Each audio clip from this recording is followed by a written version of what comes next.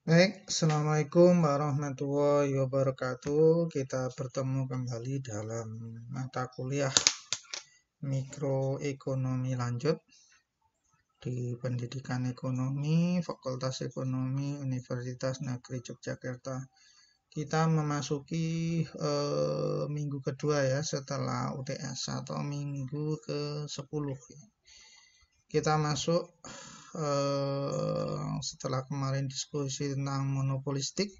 Saya akan mereview kembali tentang konsep monopolistik. Baik, monopolistik dan oligopoli atau monopoli juga itu kan sebenarnya bagian dari imperfect competition ya, berarti itu. Oke, apa sih sebenarnya monopolistik itu?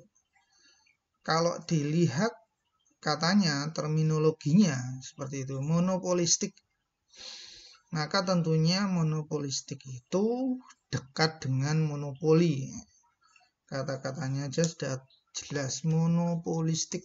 Jadi tentunya karena ada terminologi yang sangat mirip dengan monopoli, maka monopolistik mempunyai sifat monopoli itu.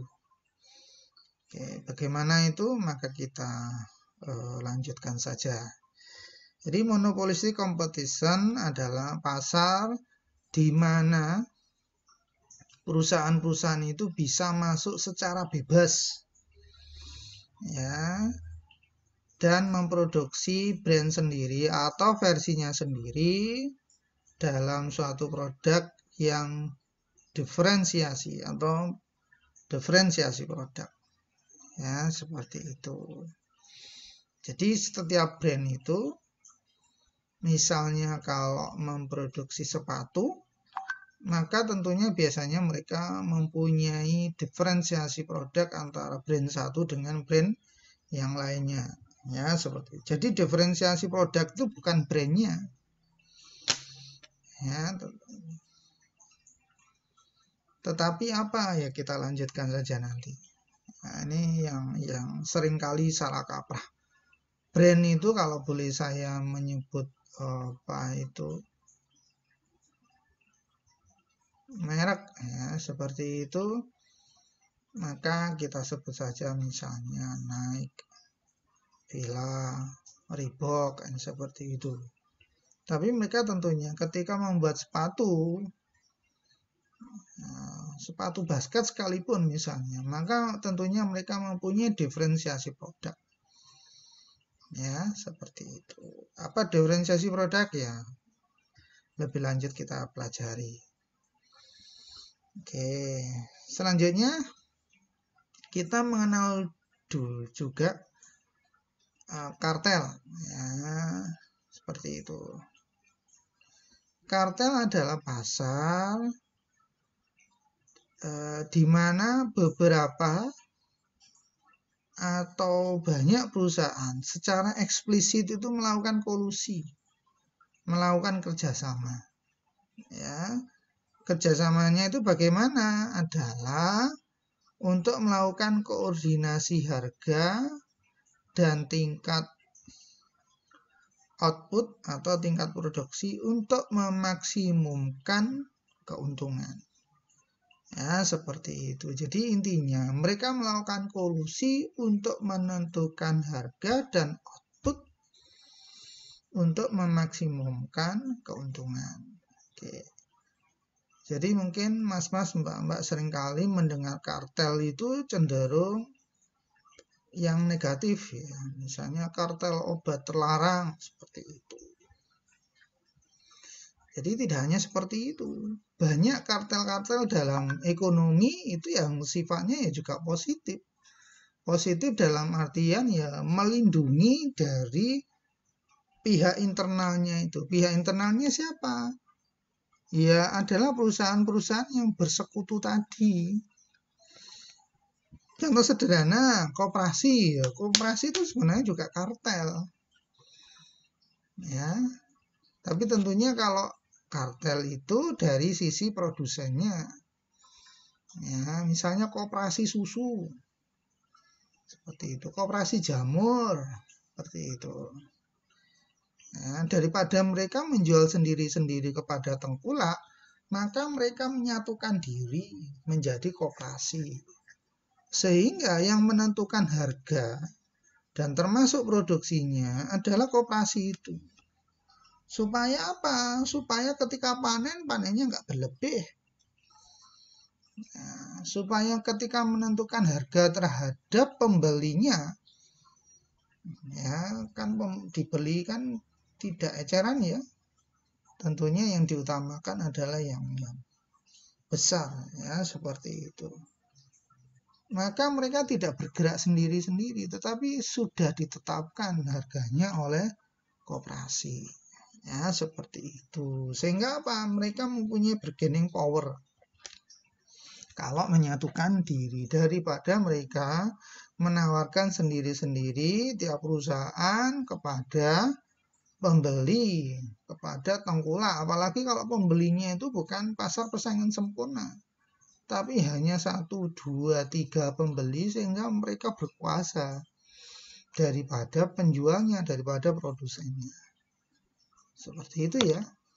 Oke, jadi yang namanya kartel itu persepsinya tidak harus negatif,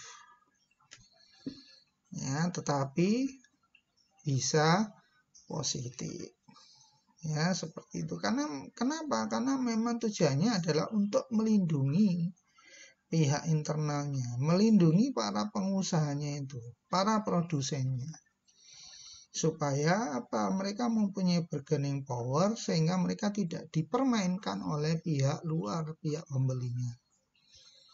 Ya, seperti itu.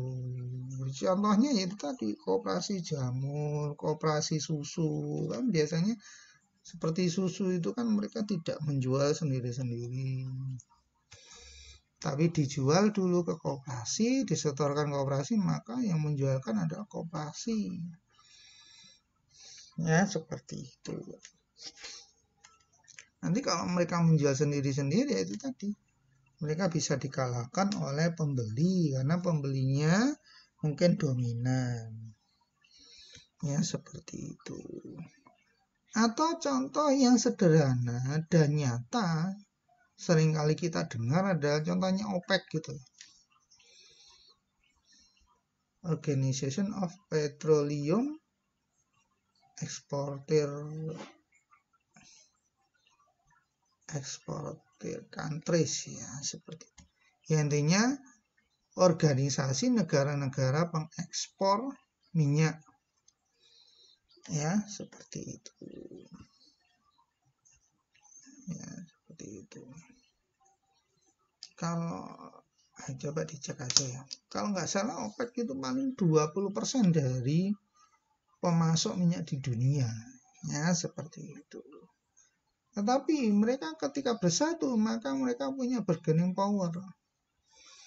Daripada itu tadi menjual sendiri-sendiri, ya, sehingga mereka menyatukan diri di dalam organisasi, ya, sehingga organisasi itu menentukan harganya termasuk kuotanya, ya, seperti itu, kuota dari masing-masing negara, ya. Supaya apa? Ya, supaya tidak berlebihan di dalam memproduksi.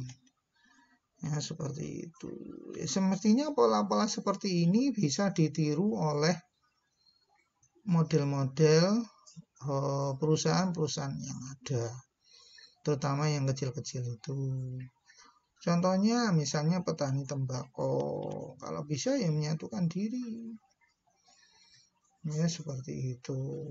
Sehingga mereka harganya tidak bergantung kepada para tengkulak atau misalnya pembeli dari pabrik rokok besar, misalnya seperti itu.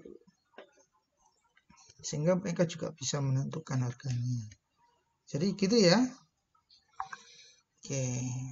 Jadi intinya yang namanya kartel itu perusahaan-perusahaan yang menyatukan diri atau melakukan kolusi untuk melakukan koordinasi harga dan output, ya, supaya apa? Supaya memaksimumkan keuntungannya, ya, keuntungannya bersama tentunya. Oke.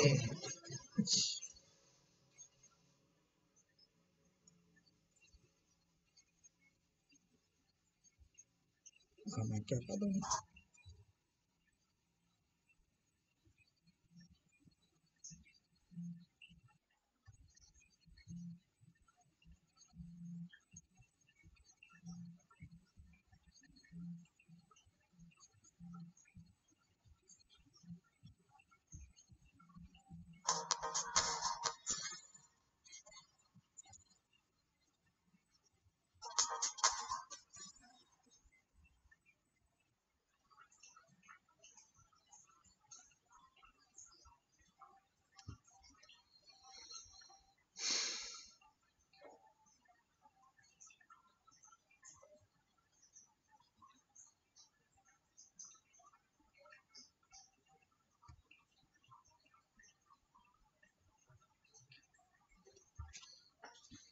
Oke, yang selanjutnya secara garis besar Meng-Q ini 2008 ya, tapi bukunya juga 2005 sudah ada. Ya, bahwa tipe market itu dibagi-bagi seperti diagram yang tampil ini, ya. Intinya ada yang ekstrem kiri, ekstrem kanan, ya. Ekstrem kiri itu yang dimaksud adalah, ya, intinya perusahaannya yang sangat sedikit atau cuma satu perusahaan, sedangkan yang kanan itu banyak sekali. Ya, kalau tengah-tengahan yang sedikit tadi yang atau satu perusahaan itu maka monopoli. Itu teorinya. Ya, tapi kemarin sudah dibahas ya bahwa monopoli itu tidak hanya definisi teori, tapi ada juga definisi realita berdasarkan putusan politik. Ya, oke. Silakan dibuka kembali rekaman yang kemarin. Oke, kalau perusahaannya sedikit itu adalah oligopoli. Oke, sedangkan perusahaannya banyak, perusahaannya banyak ada dua. Ya, yang pertama adalah produknya identik atau homogen. Nah, ini yang kita pelajari pertama kali yaitu perfect competition atau pasar persaingan sempurna. Sedangkan perusahaan yang memproduksi, perusahaan-perusahaan yang memproduksi dengan diferensiasi produk, ya, seperti itu, maka disebut monopolistic competition. Ya, seperti itu. Jadi untuk membedakan secara garis besar itu market itu seperti itu. Perfect competition, monopoli, tengah-tengahnya oligopoli. Ya, hampir mirip dengan perfect competition itu ada monopolistic competition. Ya, seperti itu. Oke. Kita lanjut ya. Karakteristik monopolistik kompetitif atau kompetisi monopolistik itu mempunyai dua karakter. Ya, ini menurut pendek.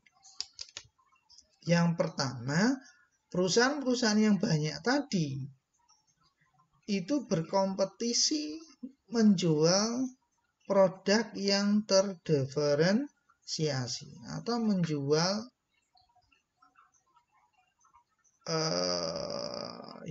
produk yang terdiferensiasi.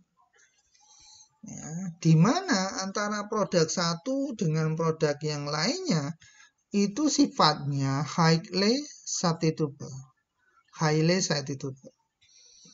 Jadi sangat besar sekali kemungkinannya untuk bisa saling menggantikan. Ya, seperti itu. Tetapi not perfect substitute. Tidak seperti di barang persaingan sempurna. Ya, akibatnya maka cross price elasticity of demand itu sangatlah besar, tetapi tidak tak terhingga. Bisa dipahami ya? Karena saling menggantikan, maka elastisitasnya itu besar. Ya, jadi elastisitas harga silang. Nah, misalnya antara Yamaha dan Honda ya memproduksi sepeda motor, maka tentunya ketika memproduksi Yamaha punya harga sekian, Honda punya harga sekian, maka mereka keduanya saling melihat satu sama lain. Ya, seperti itu. Karena tadi highly substitutable itu. Tetapi sekali lagi tidak perfect substitute. Ya, tidak perfect sekali dalam menggantikan. Kalau perfect sekali menggantikan ya barangnya homogen. Yang seperti kita bicarakan kemarin, kalau homogen itu Anda makan barang A dengan makan barang B, maka utility-nya sama. Ya, seperti itu betul-betul homogen, utility-nya sama. Tapi ketika punya diferensiasi produk, walaupun barangnya sama, tetapi tidak homogen.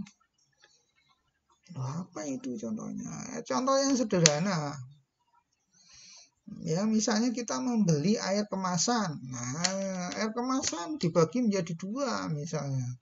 Air kemasan mineral, air kemasan non mineral. Atau air kemasan lain lagi misalnya. Ya, seperti itu. Oke, tapi kita bicara lebih lanjut barangnya adalah nanti ya. Yang selanjutnya, karakteristik yang kedua adalah adanya free entry dan exit. Jadi sangat mudah free entry dan exit untuk perusahaan yang baru untuk masuk ketika ya potensi keuntungannya itu ada. Sebaliknya mudah juga keluar ketika mengalami kerugian. Ya, seperti itu. Oke. Jadi karakteristiknya itu ada dua tadi. Ya, walaupun Fang itu 3, tapi prinsipnya kan sama. Ya. Cuman yang 2 itu dijadikan 1.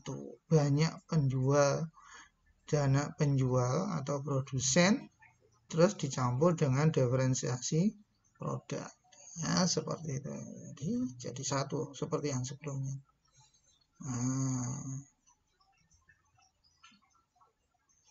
Ya, tapi bolehlah untuk kesepakatan Anda bisa menjelaskan. Yang pertama adalah misalnya besarnya atau banyaknya penjual atau produsen yang bermain di dalamnya. Yang kedua, masalah produk, adanya diferensiasi produk. Ya, seperti itu. Yang ketiga adalah tidak adanya atau kecilnya barir untuk masuk. Ya, free entry tadi. Ya, seperti itu. Tapi tentunya Anda jelaskan itu tadi.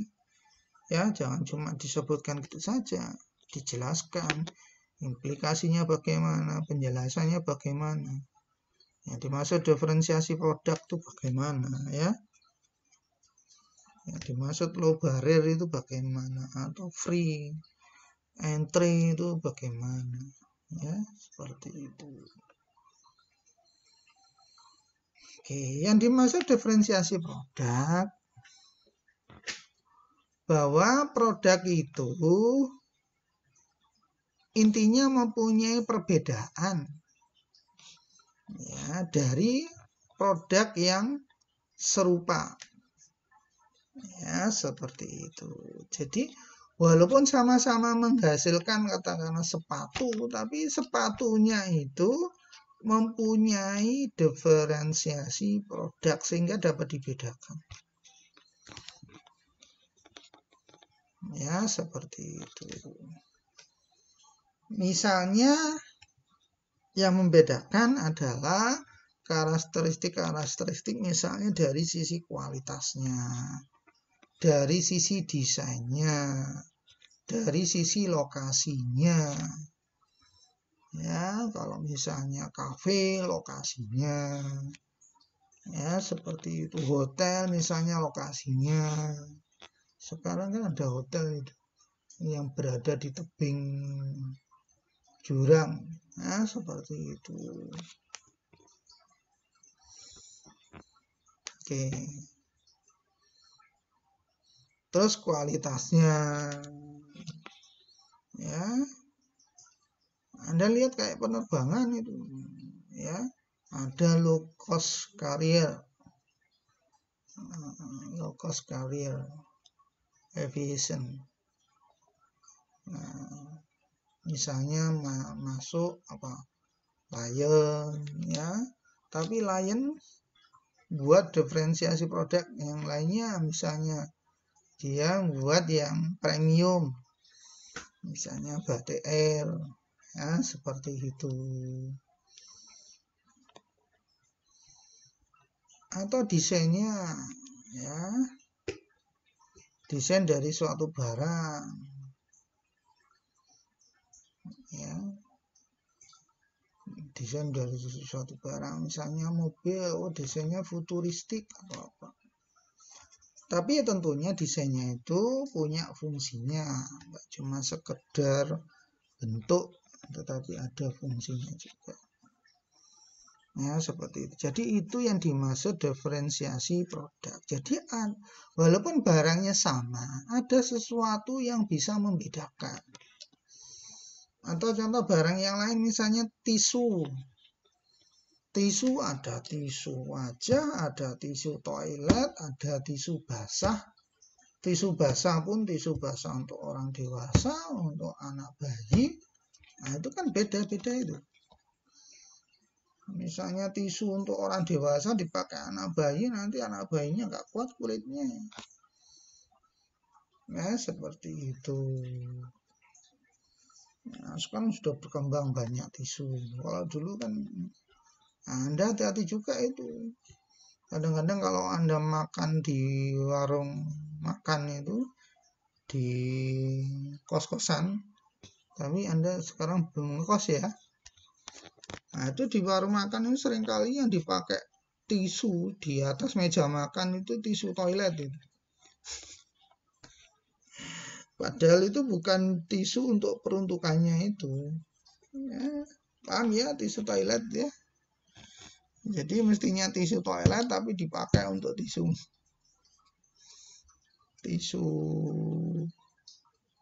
ya untuk ngelap tangan setelah makan. Seperti itu. Oke. Jadi seperti itu ya. Adanya diferensiasi produk. Nah, ini contohnya kalau dalam bukunya service station, aspirin, tisu, retail stores. Nah, retail stores. Nah, dulu kita mengenal yang booming ketika saya masih SD, SMP itu Matahari. Orang masuk Matahari itu kayak masuk surga, apa-apa ada. Ya, seperti itu. Wah, dengan konsep one stop shopping, dimana kalau kita masuk di situ ya semuanya ada. Ya, seperti itu. Dan sekarang lebih besar lagi, misalnya hypermarket yang ada punyanya perusahaannya Pak Tanjung, ya, itu juga dia mempunyai diferensiasi produk di dalam penjualannya itu, di dalam cara penjualannya itu. Ya, seperti itu. Misalnya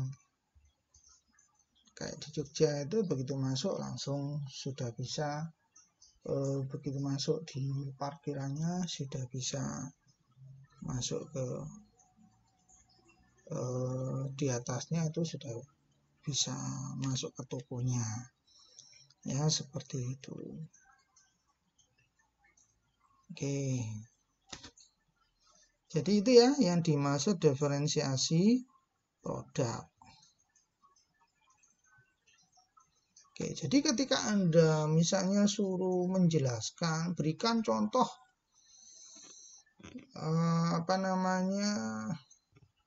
pasar monopolistik, ya, seperti itu. Jangan diberikan contoh banyak barang yang berbeda-beda, ya barangnya satu, tetapi dia barang itu punya diferensiasi produk. Kalau contoh yang saya tampilkan di sini itu barangnya berbeda-beda karena memang satu barang itu dia mempunyai diferensiasi produk dan yang sifatnya monopolistik gitu ya.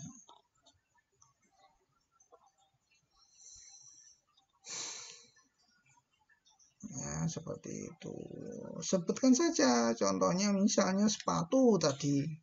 Oh, sepatu, ada sepatu untuk lari, sepatu untuk apa, sepatu untuk apa.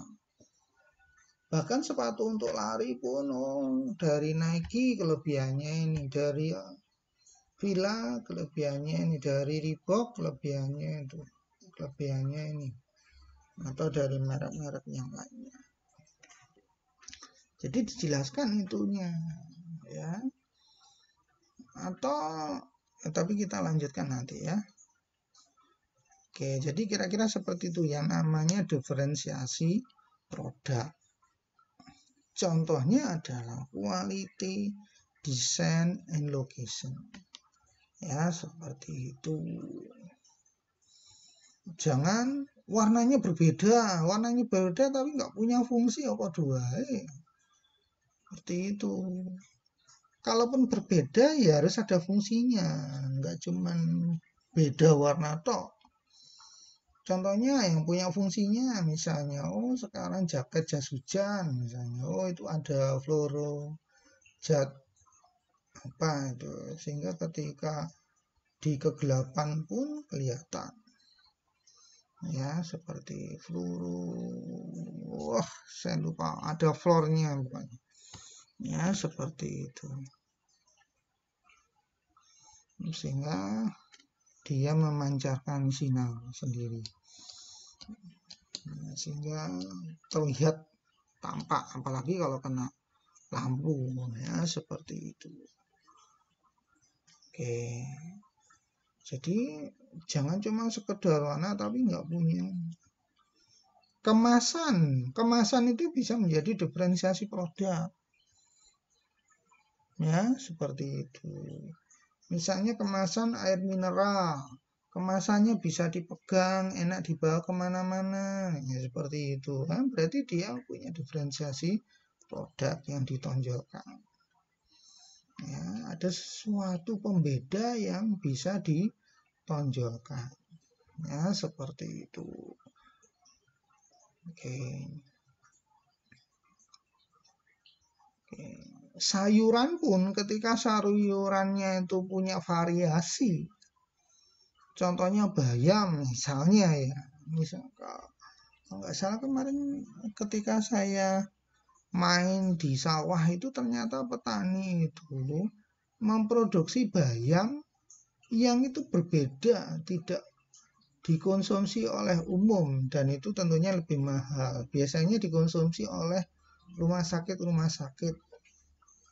Nah, itu bisa jadi diferensiasi produk. Ya, seperti itu.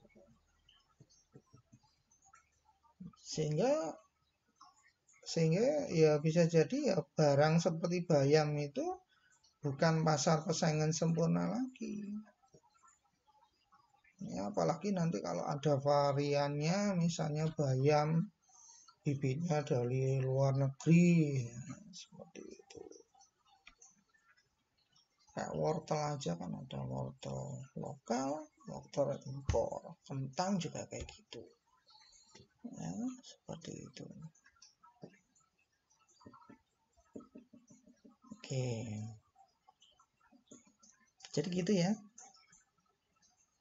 Atau seringkali Anda salah, misalnya salah dalam menerapkan, misalnya beras.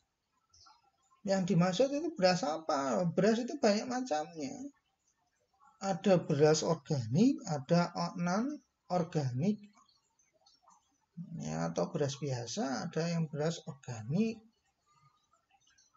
Terus belum lagi ada beras mentik wangi, terus rojo lele, atau apalagi. Ya, terus beras super atau apalah. Ya, seperti itu. Maka dia sudah bukan barang homogen lagi. Kenapa? Karena ketika Anda memakan jenis beras A dengan beras B, maka itu sudah beda rasanya. Kurang kunel, terasa kering di tenggorokan. Ya, beras yang enak itu kan beras sama tempe gitu aja kan sudah nyaman gitu ya. Apalagi kalau lapar ya beda lagi. Ya, seperti itu. Oke, kita lanjut saja.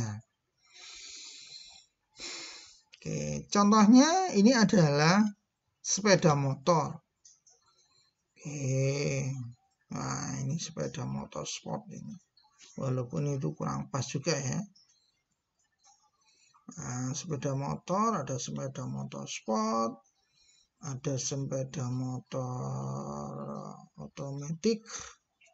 Ya, seperti itu. Ini otomatis atau Vespa ya ini? Ya, anggap saja ini otomatis ya.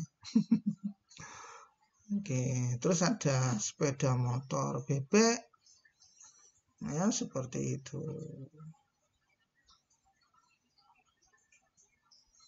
Dari Yamaha, dari Honda, dari apalagi? Dari Suzuki. Oke. Jadi sepeda motor misalnya, diferensiasi produknya apa? Oh, ada sepeda motor bebek, sepeda motor matic, ada sepeda motor sport. Ya, seperti walaupun gambarnya tadi kurang pas, yang satu itu bukan sport ya. Kurang jenisnya itu beda lagi. Oke, atau sekarang muncul sepeda motor yang variannya baru kayak NMAX, CPX. Saya sebut saja namanya karena ini memang contoh. NMAX Yamaha, terus CPX, VCX atau CPX yang dari Honda ya, seperti itu. Nah, sepeda motor matic tapi badannya besar ya, seperti itu. Nah, itu sudah baru lagi itu variannya, dan sekarang variannya juga sudah banyak dibeli. Atau sepeda motor yang misalnya sepeda motor baru tapi desainnya klasik. Nah, seperti itu. Oke, silakan Anda explore sendiri. Oke, jadi sama-sama sepeda motor tapi punya diferensiasi produk. Bahkan motor untuk varian yang sama itu mereka punya keunggulan sendiri. Ya, silakan dipelajari keunggulannya apa. Nah, seperti itu. Oke, tentunya sepeda motor seperti ini, maka apalagi ini dari merek yang berbeda-beda, maka dia sifatnya highly substitutable. Ya, substitut yang tinggi substitusinya, mudah menggantikan. Bahkan dari varian satu ke varian yang lainnya itu bisa mengakibatkan konsumer dalam membeli itu jadi berubah. Misalnya dia tadinya ke dealer itu kepingin membeli motor otomatis yang besar, tapi kok dirasa harganya kok sudah mahal. Ya kalau sudah mahal sekalian saja beli yang model sport, ya seperti itu.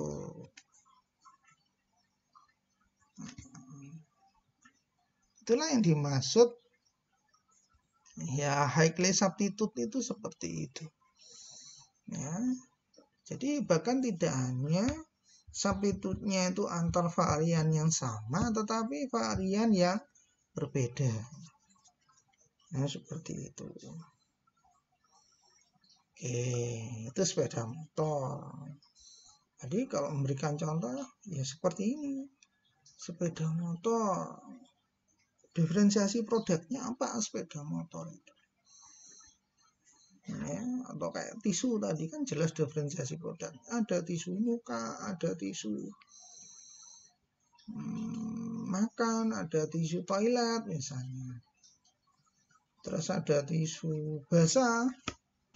Bahkan basah pun dibagi basahnya untuk orang dewasa dengan basahnya bayi. Seperti itu. Bahkan kalau sekarang Anda lihat misalnya popok itu tidak hanya untuk bayi tapi untuk orang lansia juga, ya seperti itu. Oke, jadi semakin berkembang zaman ya maka produknya juga semakin berkembang pula. Oke, atau kalau melihat Anda misalnya sepeda ontel itu pit, ya ada MTB misalnya seperti itu, ada untuk downhill, ada sepeda untuk road jalanan atau road bike, ya, seperti itu. Itu pun dari macam-macam sepeda itu mereknya juga berbeda-beda, ya seperti itu. Dari merek yang berbeda mereka juga mempunyai keunggulan sendiri-sendiri, ya seperti itu. Keunggulan dari sisi frame-nya, keunggulan dari sisi isiannya. Oke, ya. Oke, kita lanjut.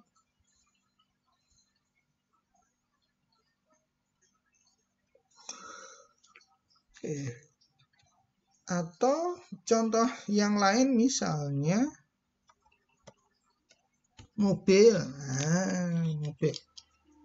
Mobil itu ada mobil misalnya mobil niaga, ada mobil minibus, ada mobil SUV, ya contohnya misalnya apa Pajero, terus Fortuner, kan jenisnya seperti itu.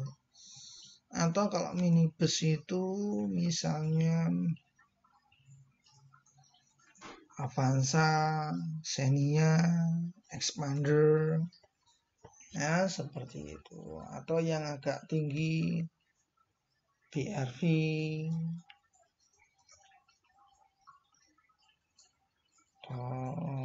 Ras, sama Pak Terios, ya seperti itu. Sedangkan minibus tadi ada Avanza, Xenia, R3,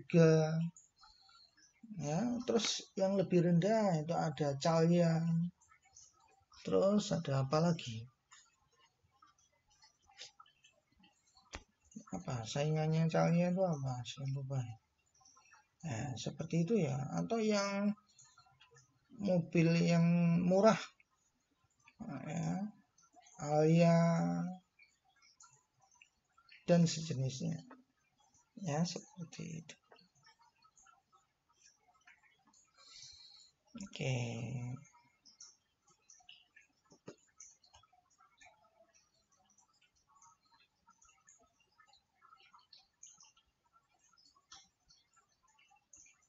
Oke. Oke, jadi itu kira-kira barang-barang yang termasuk diklasifikasikan dalam pasar monopolistik. Ya.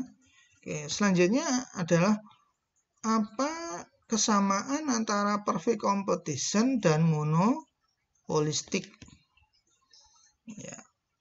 Samaannya adalah profit itu akan mengalami 0 atau BEP di dalam keseimbangan jangka panjang. Ya, seperti itu. Ya, karena tadi itu. Karena freely entry itu atau low barrier itu. Ya, seperti itu. Sehingga ketika ada potensi keuntungan, maka banyak perusahaan baru yang masuk. Karena perusahaan baru yang masuk, maka apa? Demand-nya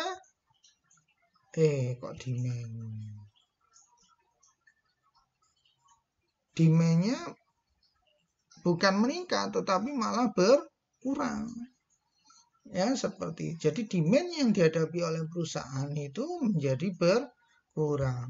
Ya, akibatnya apa? Ya, akibatnya tadinya apa itu untung, maka menjadi break even point. Ya, seperti itu. Karena berkurangnya demand-nya itu. Oke. Terus perusahaan-perusahaan itu responsif terhadap perubahan demand. Perubahan kondisi demand. Ya, seperti itu.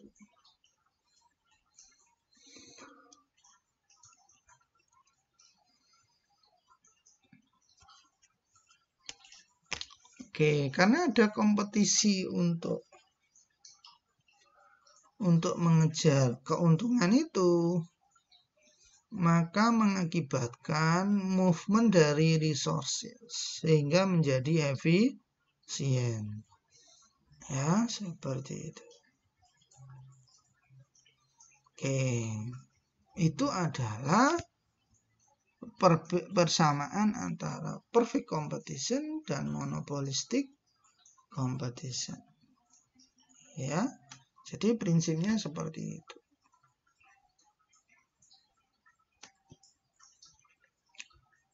Nggak perlu saya terangkan di dalam grafik ya. Misalnya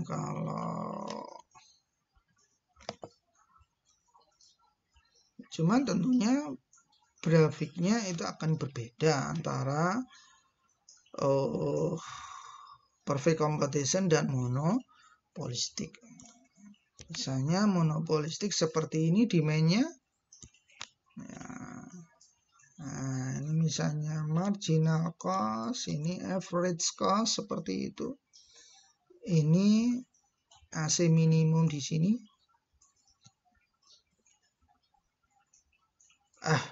Seperti itu. Maka ketika ada perusahaan baru yang masuk, maka bagaimana demand di pasar itu supply di pasar itu meningkat. Karena supply di pasar itu meningkat, maka harganya menurun. Ya, seperti itu. Sehingga price-nya menurun. Ini price long run. Ya, seperti itu. Sehingga mengalami BEP.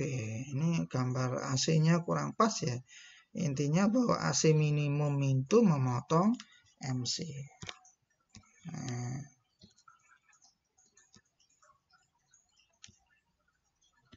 oke. Sedangkan kalau di pasar monopolistik kira-kira seperti ini gambar S.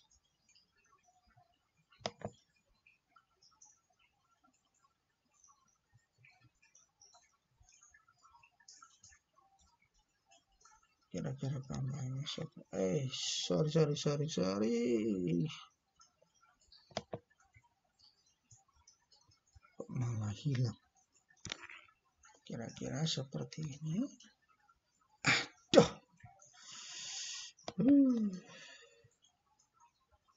Ini agak slim gambar dia.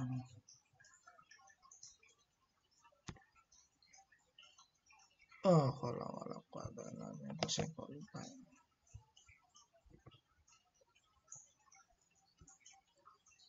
Oke, jadi seperti ini. Nggak pas ya. Ya.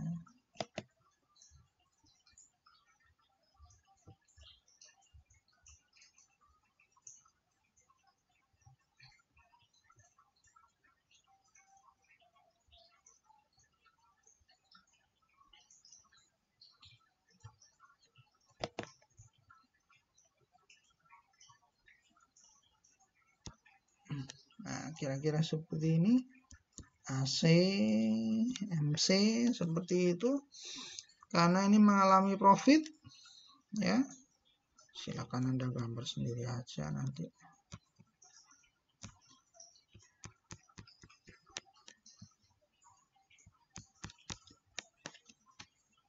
Ya, maka profitnya ini didengar oleh perusahaan yang ada, sehingga perusahaan itu pengusaha yang ada, sehingga muncul perusahaan-perusahaan yang baru. Karena munculnya perusahaan yang baru, maka demand-nya itu terkurangi. Ya, seperti itu. Karena diambil oleh perusahaan-perusahaan yang baru tadi. Sehingga bagaimana? Maka demand-nya bergeser ke kiri. Ya, seperti itu. Demand-nya bergeser ke kiri sehingga tadinya untung, maka menjadi BEP. Ya, seperti itu. Atau kalau misalnya saya gambarkan di sini aja.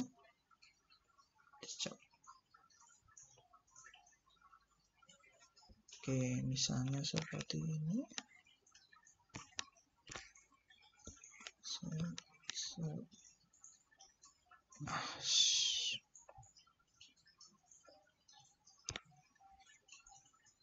Ini MC, ini AC, ya.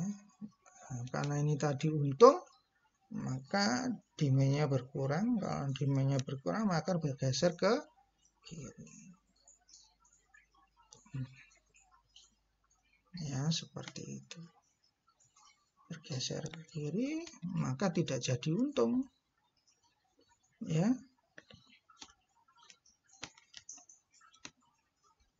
Tadi saya salah ya gambarnya ya. Astagfirullahaladzim. Oke, kita perhatikan yang ini aja ya.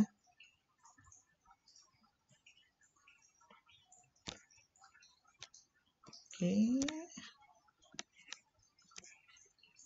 Ini MC, ini AC.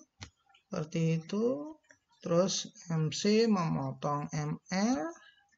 Maka di sini profit maksimisasi. Oke, tadi salah ya. Ya. Oke, karena terjadi keuntungan, maka demand-nya berkurang. Saya kasih warna yang lainnya. Nah, misalnya demand yang baru ini warnanya merah. Oh my god.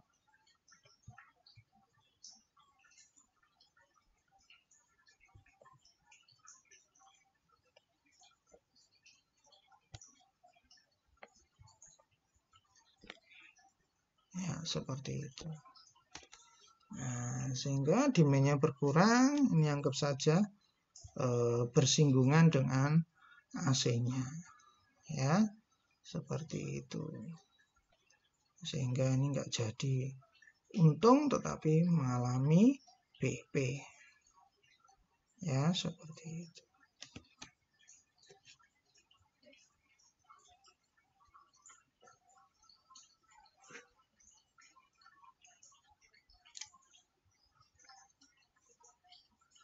Sehingga kalau kita gambar di gambar yang baru,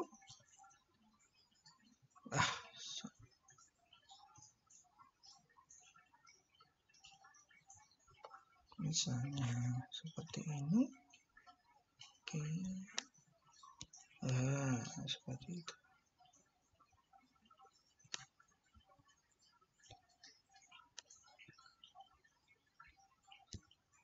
Hasilnya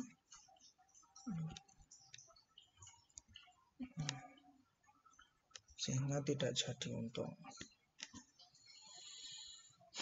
Ini MC. Oke, agak sulit ya gambar di ini, beda dengan gambar di papan tulis. Mungkin saya belum terbiasa. Jadi kira-kira seperti itu ya.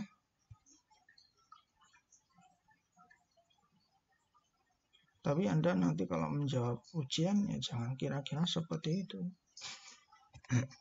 Karena Anda akan menggambar di dalam pakai kertas, pakai penggaris sehingga dapat lebih tepat untuk menggambarkan itu. Oke, selanjutnya perbedaan antara perfect competition dan monopolistic competition. Oke, yang pertama di long run equilibrium, perfectly competitive firm itu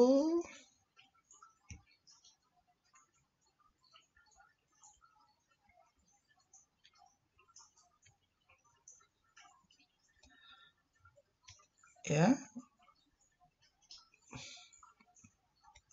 dia berada pada minimum AC-nya.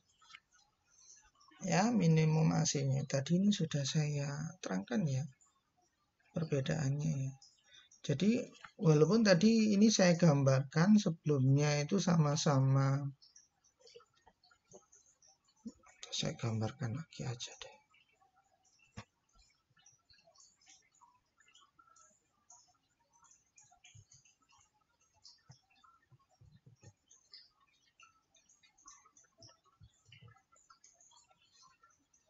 Oke, jadi kalau misalnya pasar persaingan sempurna dalam jangka panjang kan seperti ini ya.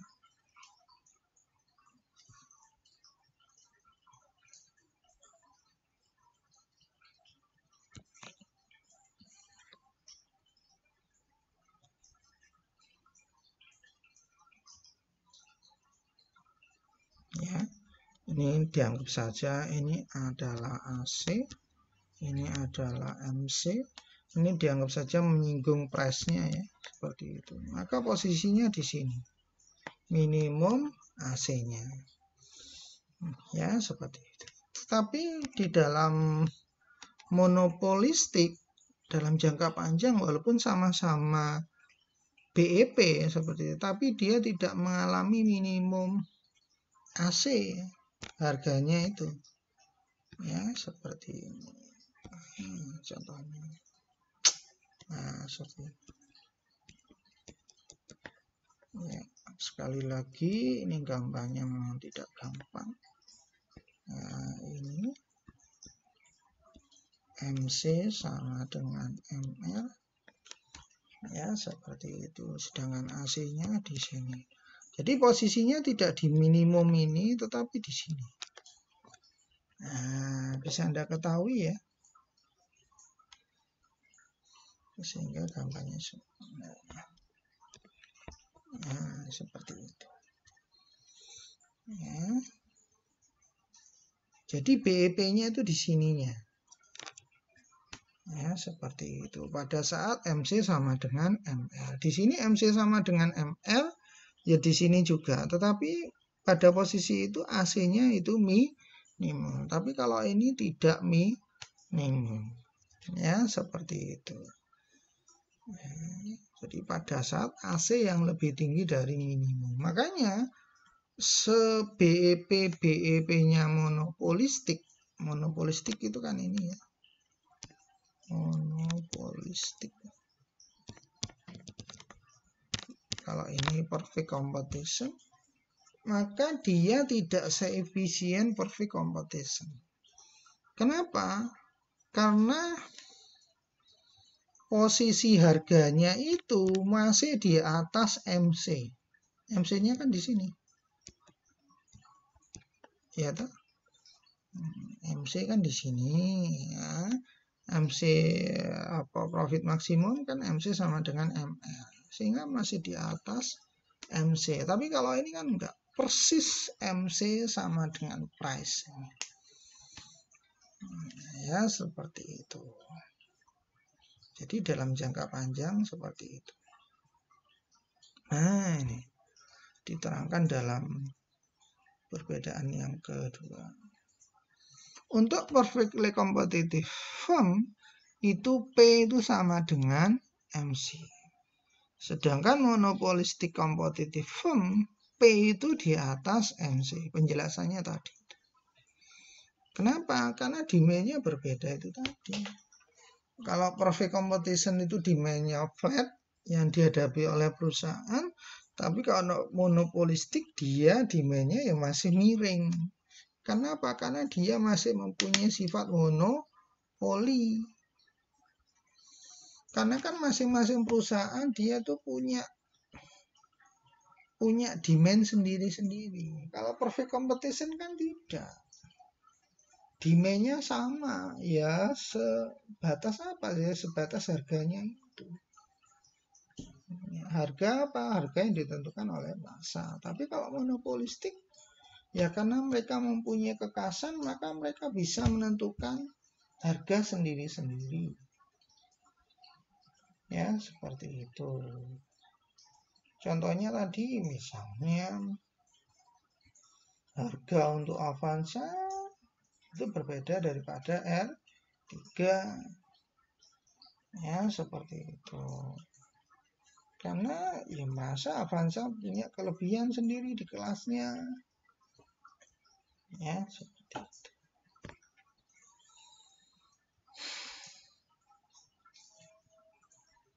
Oke, yang selanjutnya perfectly competitive firm itu tidak melakukan advertise karena setiap orang tahu. Ya karena barangnya homogen.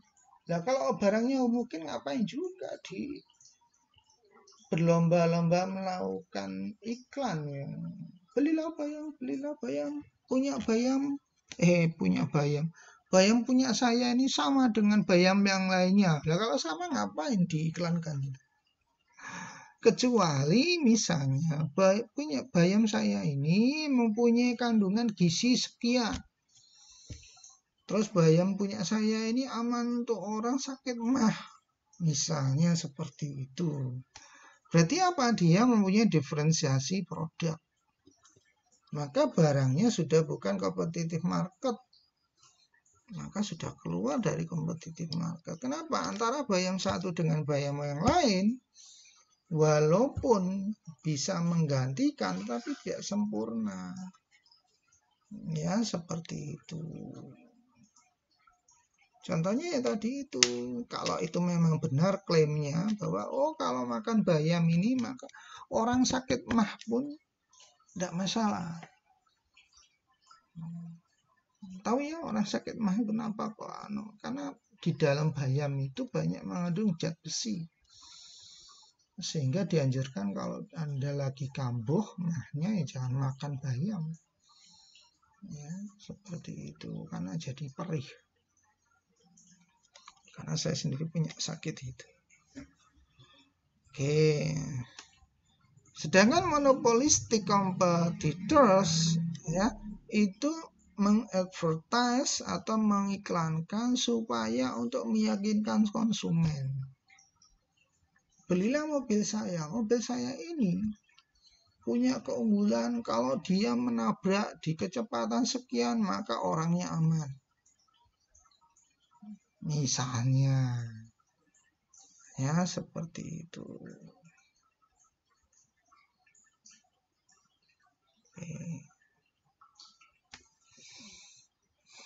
Oke, punya saya, mobil punya saya ini, maka kalau Anda masuk ke kubangan air, maka dijamin akan lolos dari kematian mesin. Kenapa? Karena dia mempunyai ketinggian sekian, misalnya. Ya, seperti itu. Itu yang harus diinformasikan kepada khalayak pembeli. Ya seperti itu sehingga apa pembeli itu yakin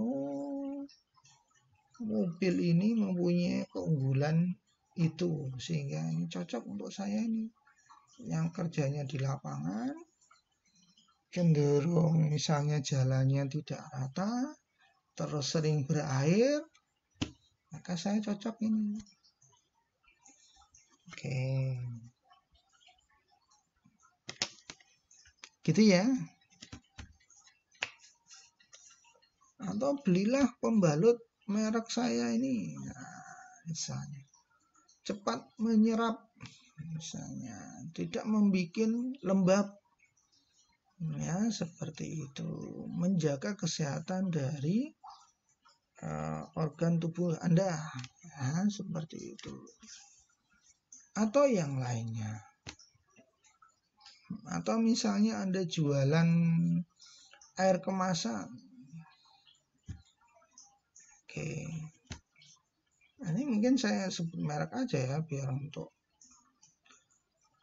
kalau merek air kemasan yang saya sukai itu Amidis terus terang. Tapi saya bukan menjadi brand ambassador Amidisnya. Kenapa? Karena itu saya rasa merek yang paling aman bagi perut saya. Saya minum aku aja udah beda rasanya di perut. Apalagi ketika perut kosong. Itu beda sekali. Ya. Nah, itu sekedar misalnya dalam mengadvertise ya seperti itu. Bukan berarti saya menjelekkan atau ini bagi saya sendiri. Ya, seperti itu. Oke. Jadi itu ya. Jadi dalam pasar persaingan sempurna ya nggak perlu iklan. Ya, seperti itu. Oke, ini kayaknya ada yang kelupaan. Tetapi di dalam monopoli perlu iklan.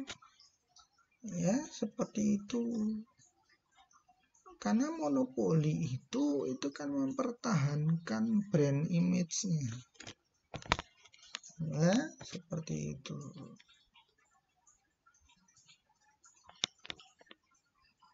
Ya, walaupun monopoli itu sulit untuk masuk, tetapi kan dia harus meyakinkan konsumennya secara terus-menerus. Ya. Bahkan walaupun dia punya paten sekalipun, maka dia terus mengiklankan keunggulannya. Ya, seperti itu. Jadi mungkin kayaknya kemarin ada yang salah persepsi tentang itu. Maka monopoli pun, ya kalau Anda lihat PLN nyatanya ya juga tetap masih iklan. PT KAI ya tetap iklan. Ya, seperti itu. Ya, walaupun dia monopoli. Dan punya privilege dari pemerintah. Ya, misalnya seperti itu. Oke. Selanjutnya, demand-nya. Demand curve untuk monopolistic competitor itu flatter, lebih flat daripada demand curve untuk monopolis.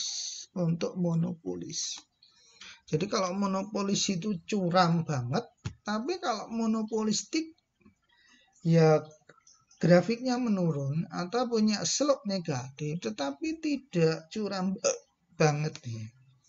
Anda lihat dia gambar ini, kalau tengah-tengah ini monopolistik, maka dia flatter. Ya, seperti itu. Dia flatter. Jadi dia punya sifat monopoli, tapi dia juga punya sifat perfect competition. Kenapa? Ya itu tadi, highly substitutable, terus pemainnya banyak seperti itu, sehingga apa, demand-nya elastis. Tidak hanya barang yang sejenis, barang yang berbeda sekalipun, maksudnya yang berbeda karena diferensiasi produk tadi, ya dia itu ya bersaing juga, ya. Saya contohkan misalnya Anda kepinginnya beli mobil yang sifatnya lebih private ya, seperti itu ya, mobil tengahan lah, kayak misalnya Jazz, misalnya apa namanya, saingannya Jazz itu apa yang dari Toyota, Ya itulah seperti itu. Saya lupa ya, apa ya, misalnya. Atau beli apapun lah mobil kayak gitu. Tapi ketika ditawarkan mobil sejenis itu, kok ditawarkannya itu harganya terlalu mahal misalnya. Padahal fungsinya nggak beda jauh dengan mobil minibus, misalnya seperti itu. Untuk kelas-kelas minibus seperti itu. Akhirnya berubah pikiran. Tadinya pinginnya beli kayak sekelas Jazz itu, penumpangnya ya cukup 4 atau 5 orang, tapi ternyata ada mobil minibus yang menawarkan misalnya tiga shift kursi, tetapi dia tetap memberikan kenyamanan, misalnya seperti itu. Sehingga pembeli mau membeli yang model yang Jazz dan kawan-kawan itu mah berubah ke yang lainnya. Ya, berubah ke minibus walaupun sebenarnya kelasnya berbeda. Ya, kenapa? Karena harganya itu tadi, misalnya harganya kok kayaknya mahal, tapi ternyata misalnya produsen yang baru itu, ya maksudnya produk yang baru itu menawarkan minibus tapi kok kelasnya elegan gitu ya. Ya, jadi tidak hanya semata-mata mobil penumpang banyak, tapi kok kayaknya dia elegan gitu. Tampilan di dalamnya, kenyamanannya, sehingga jadi berubah itu. Ya, seperti itu. Itulah yang menyebabkan elastisitas demand-nya itu flatter. Ya, seperti itu. Jadi lebih mendatar walaupun tetap slope-nya negatif. Oke, bisa dipahami ya. Tetapi ya tidak horizontal. Seperti itu. Kenapa kok tidak horizontal? Karena walaupun dia pemainnya banyak, tapi dia punya kelas sendiri-sendiri. Punya konsumen sendiri-sendiri. Ya kalau Anda perhatikan, kita buka aja. Misalnya antara Avanza dengan Xenia itu kan sebenarnya sama. Ya seperti itu. Tapi dengan strategi perusahaan yang ada, maka memberikan perbedaan antara keduanya. Ya, seperti itu. So, kalau Anda lihat Terios dan Ras, seperti itu kan sama saja sebenarnya. Cuman, daripada Anda misalnya membeli yang lebih mahal, nah cukup ini sedikit berbeda, tapi harganya ya lumayan bisa menghemat kantong, tapi Anda bisa membeli untuk kelas yang sama. Nah, seperti itu. Tujuannya apa? Ya untuk berkompetisi dengan perusahaan dengan merek yang lain. Ya, seperti itu. Oke, selanjutnya firm industri di dalam monopoli termasuk monopolistik sama ya. Ya. Demand-nya slope-nya negatif sehingga marginal revenue-nya ya punya sendiri, tidak menempel di demand-nya itu. Kalau perfect competition kan menempel. Kenapa? Karena horizontal demand-nya. Tetapi yang membedakan kalau monopolistik itu tentunya lebih landai ya kurvanya. Tapi kalau monopoli lebih curam. Ya. Nah, ini perbedaannya. Oke. Selanjutnya ya kira-kira sama dengan monopoli. Ya. Marginal revenue asalnya dari mana itu sama dengan monopoli. Termasuk untuk profit maksimisasi. Ya. MR, MC, tapi profit maksimisasi munculnya MR sama dengan MC di pasar manapun sama. Tapi yang saya maksud tidak hanya dari sisi grafis, nah itu sebenarnya ya sama antara monopoli dan monopolistik. Cuman bedanya itu tadi, demand-nya tidak setajam, securam monopoli. Tapi pada prinsipnya sama. Maksudnya sama itu ya sama-sama berslope negatif. Ya, seperti itu. Oke, profit maksimisasi terjadi saat MC sama dengan ML, terus ditarik garis ke atas. Nah, itulah munculnya harga. Dari situ, maka kita dapatkan profit. Nah, itu kalau AC-nya ya di bawah harganya. Ya, seperti itu.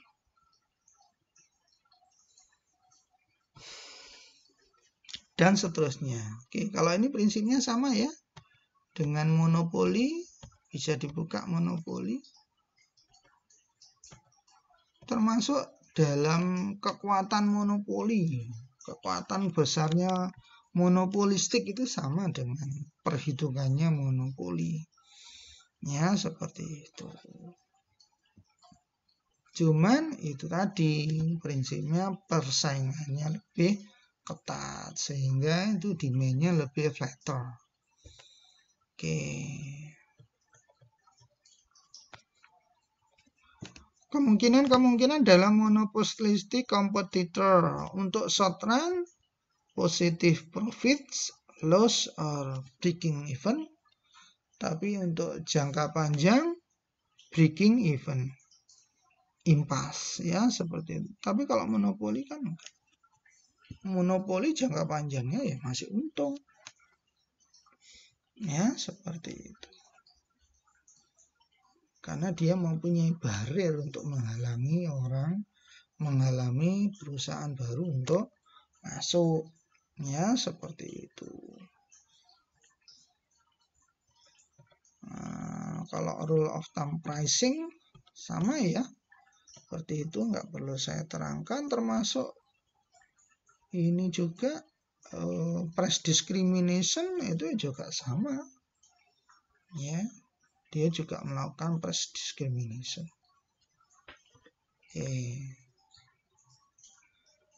Oke, jadi kira-kira yang bisa saya sampaikan adalah itu.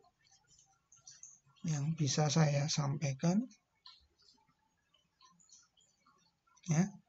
Selanjutnya nanti akan saya beri tugas kaitannya dengan iklan. Ya, supaya Anda membaca. Ya, seperti itu. Baik, dari saya cukup itu. Mudah-mudahan Anda mendapatkan pencerahan dari pertemuan kita kali ini. Kalau ada pertanyaan, silakan untuk mahasiswa saya bertanya di media yang sudah disediakan. Baik, dari saya cukup itu. Assalamualaikum warahmatullahi wabarakatuh. Silakan